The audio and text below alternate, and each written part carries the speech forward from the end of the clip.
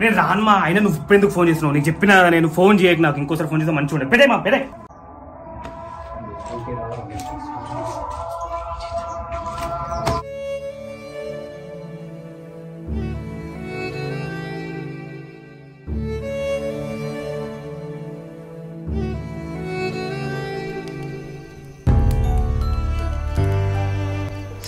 సిగ్గులేదా? 30 సంవత్సరాలు తిరుగుతున్నావు.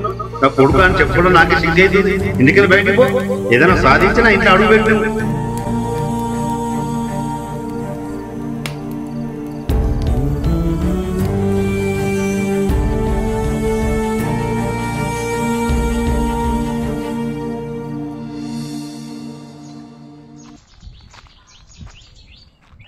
ఏడరా, మనం ఒక షార్ట్ ఫిల్మ్ తీద్దాం. ఇప్పుడే వస్తున్నాం.